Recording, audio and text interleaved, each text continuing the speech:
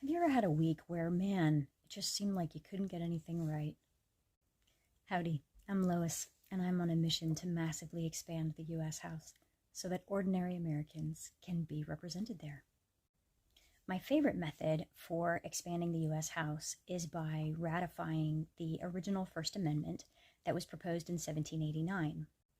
The original Bill of Rights had 12 amendments proposed. 10 were ratified right away. Numbers 3 through 12 got renumbered to become our amendments 1 through 10. The original Second Amendment that was proposed finally got ratified 230 years later in 1992, and it sets a tiny limiter on the way Congress can vote themselves raises. The original intended First Amendment is a little complicated. It's about a paragraph long, and it's written in that dense legalese of the time, and it has math, and it has triggering events like when this happens, then this happens, the number of seats in the U.S. House gets to a certain point, etc. And to make matters worse, it has an evil twin. At the time of the founding, obviously the technology was quill and ink on parchment.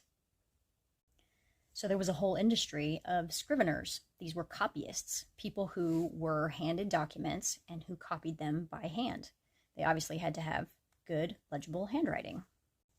So in the final line of that intended First Amendment, it says there shall be not less than 200 representatives, nor, and it should say less, but it actually says more than one representative for every 50,000 persons. This seems like it might not be important, but it turns out it is. I won't get too far into the weeds, but for our purposes here today, I was hoping that at least some of the 11 states that had ratified this in 1789 and in the following few years, that they had gotten the right copy. Turns out, no. They all got the evil twin copy with the wrong word. So in order to get the Constitution changed, 38 states have to ratify it if you go that route. There's another way in Washington, D.C. that I won't get into.